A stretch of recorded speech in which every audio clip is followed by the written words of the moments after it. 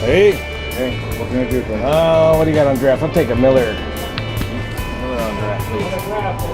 That's your choice. You want? We got both kinds of beer here, huh? Miller and draft. This whole CB500X Adventure was your instigation, was your inspiration, it was your vision, wasn't it? Well, I think building it on the CB probably was, yeah. John was looking to expand the rally raid business. I mean, he built that very much around the KTM 690. It started with him and a few buddies buying 690s back in 2008, wanting to race them and not really being the parts out there. It was just basically a big dirt bike. So the company kind of built itself up around that, but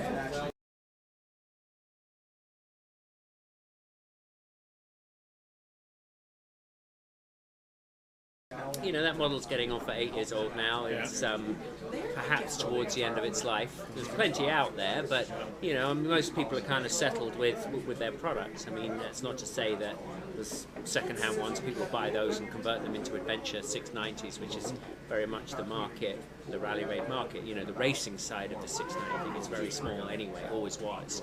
But people saw the rally raid kit as the 690 adventure conversion, which is great, and that continues to sell very well. But Because that finally gave that bike the range that it needed. yeah, it gave it a fuel range, gave it a little bit more civility, you know.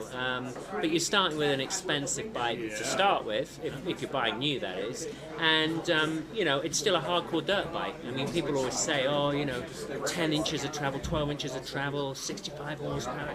Great, you know, it's a wonderful thing, but it is effectively a dirt race bike that's got some civility.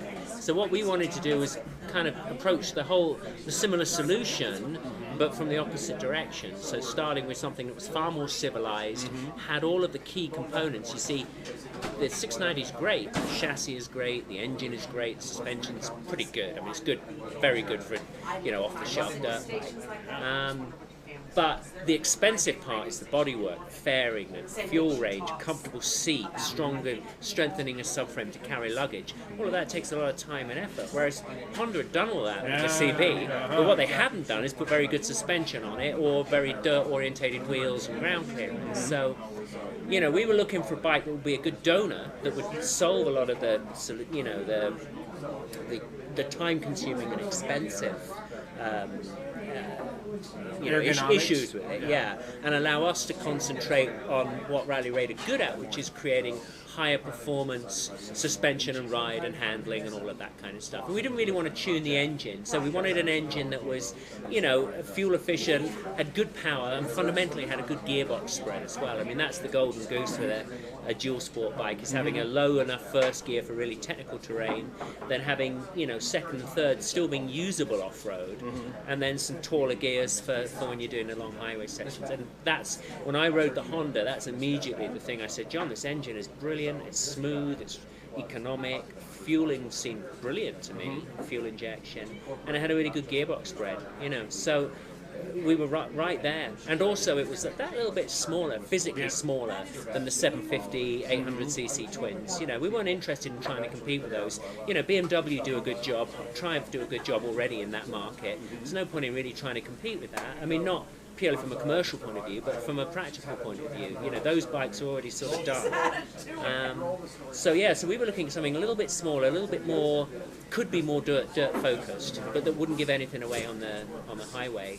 And that's why we thought the CB, or I thought the CB was great. So I rode one a couple of years ago, went back to see John and said, John, you've got to get one of these and try it out, see if you agree with me. And he did straight away the moment he rode it. And we went to work on it.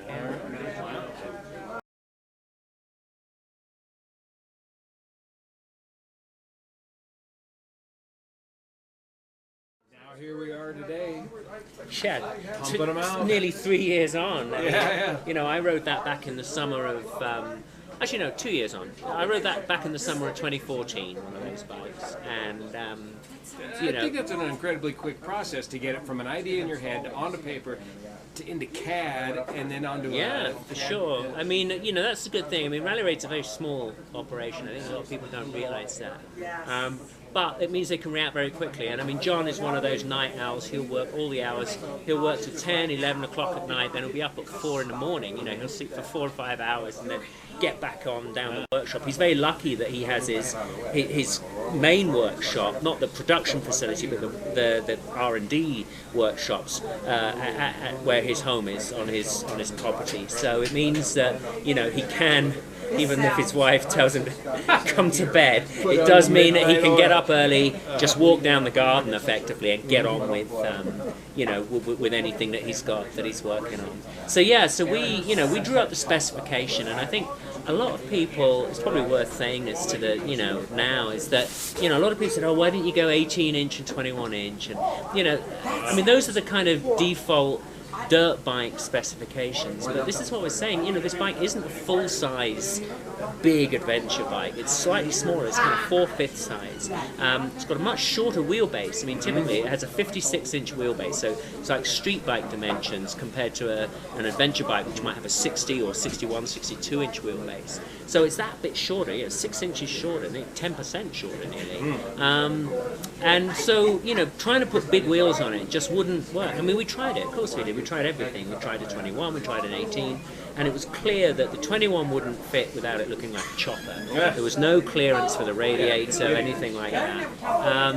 And, you know, and even there was a bunch of guys in Thailand a couple of years ago, and very much the inspiration for the project. I mean, I'd seen these pictures and thought, that looks kind of tasty, twin cylinder, looks a bit like a rally bike, nice. But even they conceded that they did put a front end of a CRF 450 on that bike, but they couldn't get the back end up high enough to really match it. It kind of went along, you know, and the 19-17-inch wheel conversion just worked better. It handled better, it handled more sharply, it handled more nimbly. And as I say, we're not building full-on desert race bike. We got that with the KTM 690. If you want your 18-inch and your 21-inch wheel, if you want your 65 horsepower, don't try and tune a CB500 and put super long suspension on it. Buy a 690 and build it. Oh, that's what we did. You know, there's no point in trying to turn it into something it isn't. But what we have done is really improve the core bike. You know, made it much more genuinely multi-purpose, all-terrain, and that's what we wanted, you know. The hardcore bike, you know, we still love to ride the 690s, you know, if you want to rip it up in the desert, but this is, you know, we've just done a trip, probably 3,000 miles now, probably 3,000 miles by the time we get home, and, you know, we've ridden every kind of terrain, sand, gravel, forest trails, rocky passes, and a lot of highway, you know. I mean, we've ridden from Oregon to Arizona and back. And, you know, really, to have that bike, I mean, we just done 200 miles this morning already before lunch, you know, on a lot of long, you know, long, lonely highways. And, you know, fast, that gravel road, we were just sitting at 60 miles an hour on that dirt road, just stable as can be. Yeah, just like it was paved. And that's what we built this bike for, is to cover big distances. But then when you get to those technical bits, like we did in Death Valley and Wheeler Pass, going over north of Las Vegas, you can pick your way through the rocks and not damage the bike, not damage yourself. So yeah, I mean, that's very much what it's all about, and that's the kind of riding, that's what I love about the west of the United States, is that kind of diversity. But to get to those cool places, and you have a great knowledge of all these little fun spots to visit and where things are happening, historical things, you've got to cover some big distances to get between them. And, you know, I'm not a fan of, you know, having to truck your bike or trailer your bike into these places. Not if you can, or sit on a 690 like I used to have and wobble through the long paved boring bits. So, you know, it's a really good bike, and I mean, I've just tapped into the GPS now. You know, we're still 60 odd miles from Fallon, Nevada. I've got another 350 miles to go today before I get home, so that's going to be over 550 miles by the time I reach San Jose this evening. But, you know, it's not like I'm dreading that prospect. You know, if I'd been on a single-cylinder thumper, I'd be looking for a hotel within the next 100 miles. Whereas now I'm thinking, I'm really looking forward to crossing the Sierras, you know, and heading towards the bay, hopefully heading towards the sunshine and the heat. We've been very lucky to dodge some rain this morning, some nasty thunderstorms. So yeah, and that's, for me, that's what adventure riding's about. It's a little bit of everything, ideally a little bit of everything all day. I mean, this trip, I think, this last 2 weeks has really proved that, you know, you can you know, a couple of hours previously you might have been, you know, dragging it through the snow and the trees. Then you're on a bit of fast highway, and then you're camping, or then you're looking for a hotel, and you know, it's all kind of fun. Yeah, and that's exactly what I love about riding in this part of the country. Well, thanks so much for all you do for the project and your inspiration. No problem. And thank you for joining us. I mean, you know, Harold and I have this idea just after Christmas really, we thought about this year we'll ride to Expo, you know, and we spent a lot of time, particularly the last 12 months ever since we launched that kit, you know, trying to establish it both in the UK and Europe and in the United States. Getting on ADV right with that thread was absolutely sold me, and seeing every step of the development process and the effort and explanation that you have. Yeah, well, I think that's right, and that's what we've always tried to do. I mean, at the end of the day, I've always said, you know, we're always open to suggestions. And at the end of the day, though, we're not going to make anything we wouldn't want to bolt on our own personal bikes. Both John and I own these bikes. We ride them, we use them as our development test beds. And so the products that he sells really are the ones he'd want to go out and buy himself for the bike. You know, so I hope that's reassuring to anybody who's looking for it, because we realise it's not an inexpensive kit. But that's the point. You know, why would you bolt substandard products onto your nice new shiny bike?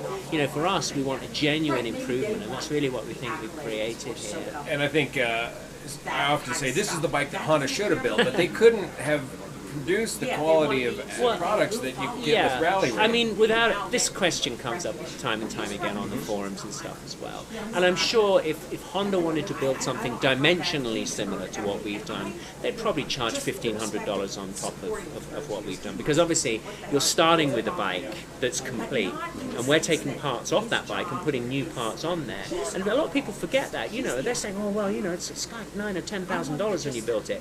But yeah, you've got 2 sets of wheels with that, 2 sets of tires. You know, you can turn it back into a supermoto if you want to. So it's like buying a dirt bike with supermoto wheels. Well, anyone's going to charge you that kind of money. So, you know, you're actually getting good value for money there. The kit's reversible or transferable depending on what you want to do. So it's not like you've made a commitment, you're never going to see that money again. You know, the kit can be moved onto a new bike if you decide to replace it, or, you know, you can take the kit off and, you know, just sell the standard bike again because you've got all your original parts. And the part that sold me on it too was that you could bolt it on yourself using hand tools in your backyard, because you're not cutting anything. You've proved that. I mean, your videos were great. You know, you were the first customer to receive a production kit.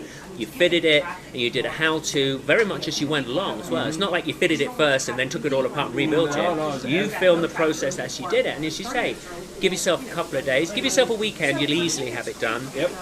If you're a competent mechanic, I mean, I've built those bikes up in less than a day, you know, in a working day, within 8 hours. But yeah, I mean, it's nice to take your time, and it's a good way to get familiarised yourself with the bike as well. I think a lot of people, particularly going out and buying new adventure bikes, they'll buy a bike, they'll have their AAA card, you know, because and that's what they rely on. Whereas the fact that you've taken the wheels off your bike, you've taken the suspension off your bike, you've maybe changed things like your footrests and your brake levers, gear levers. Maybe you've changed out your handlebars as well as part of the conversion. All of this is great because you've really got to know your bike. So when you're on the trail, if anything comes loose, or, you know, you drop the bike and you damage something, you know how to replace it or repair it.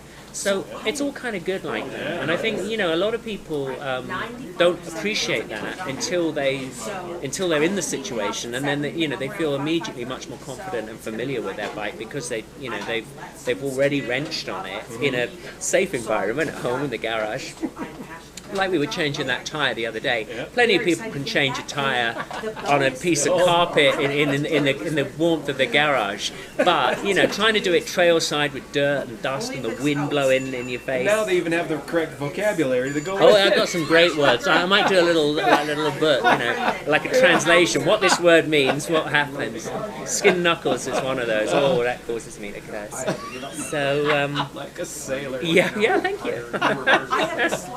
But yeah, so it's, you know, that's kind of what's fun about that project, you know, as well, is that it allows you to, you know, to get really familiar with your bike, which hopefully, fingers crossed, it's not gonna, you're not gonna have any trouble on the trail. I mean, we've been mercifully free of issues, certainly any bike-related issues. We did have a couple, a broken engine bolt, but that was due to an impact, and we won't go into all those details. But yeah, I mean, things like that happened on the engine guard. But inevitably, if you start dropping your bike or damaging your bike, you can't. We're not wrapping the thing in cotton wool, but on the whole, the bike is very, very strong. I mean, we've all dropped our bikes, and I was always surprised, particularly last summer when I was taking it across the country, because that was the first really tough ride, and I did drop it, and I would crashed it, properly riding along, and then fell off and dumped it on the ground. And they're very strong bikes, so that's always reassuring as well. And that's why we like to get out and prove how good they are, because, it just reaffirms to us how nice the kit works on that bike, but also it highlights any issues that we might want to, we don't just stop short, we're always improving, always looking at potential weak spots, perhaps with bikes with a few thousand miles on them now. I mean, obviously, your bike's done almost 20,000. 20, and Harold's is a little Right over too. 20 now. So these are long-term bikes that have done a lot of miles. And hard miles too. Yeah, a lot of higher proportion of dirt riding. And so, these are the things that we can look at, and we will do, and that's why both John and I have our own bikes, because longer term we'll be looking at how things wear, whether there's a new introduction we might want to make things better, or perhaps refine the current design of things. I mean, we have some new product in the pipeline for the second half of 2016. People to wait for any of the future development. You want to get on the bikes now. No, I mean, no. I mean, that's the whole point. The fact is, we designed a kit that you could fit in a weekend and you can be out riding. You get these guys who will sit at home and for 6 months cutting and welding and putting all sorts of engines in all sorts of chassis. Nothing wrong with that. If you're an engineer, that's a great hobby. But for me, I'd rather go riding, man. Yeah, weather's good. I had the kit delivered on Monday, and Wednesday I left to go up to Oregon. That's the difference. Is you can be out there riding, and I use a standard level 3 kit. I mean, there's no special parts on my bike that you don't get directly. The kit was effectively ordered off the Rally Raid website. The only part that I have got that is different to the standard parts is an adapter ring. Because my bike is non-ABS, I worked with John to create an adapter ring to allow us to use a floating front disc. Again, it's just something I'm testing out. It works really well. I'm sure it'll be something that we can introduce relatively easily and simply. The stock disc works just fine too. Yeah, well, that's right. I mean, they're both 320mm discs. It's still the same caliper, and yeah, that's the whole point. Our kit uses the original discs, uses the original push drive and sprockets, and so you're not having those additional expenses. I mean, you can even use the stock handlebars. I mean, I really like the standard handlebars. I dropped it and crashed it on my trip across the States last year, and they're perfectly good. I like the steel bars on it. I like the kind of shiny gold ones that match my wheels, but the fat bars, but they're no means essential. And I mean, and that's the thing. I mean, John said, it's a no-cost option for people. The cost is you've got to buy a new set of handlebars. But if you don't like the OEM handlebars, don't change them because they're not strong enough. But if you prefer a different sweep, a different rise, different bend, that's why we give you that option, because that's the whole point with this kit, is you're personalising it. You're taking a budget. If you're going to buy a bike and farkle it anyway, you may as well start with a good value bike to start with, because you're replacing a lot of the parts anyway. So what we say is that the cheaper parts, the steel bars, the street foot pegs, the cast aluminum wheels, and the low end suspension, all of those parts get replaced when you fit our kit anyway. So you're not throwing away good parts, and you're not throwing them away. You're putting them in a box, probably putting them in your basement or your garage, and you've got them for for the future should you wish, or as emergency spare parts. Very good. Well, actually, do you want to do one more little? Jenny Morgan on the inspiration of the CB500X. End up on the ground. We got the world famous Monster Burger here at Middlegate, and if you can solo that burger, you get a free T-shirt. There's nothing being sold. Nothing being sold here. We're gonna share it. All right, good, good. So you see, it's got the eyes, the monster eyes, and the nose, and all that.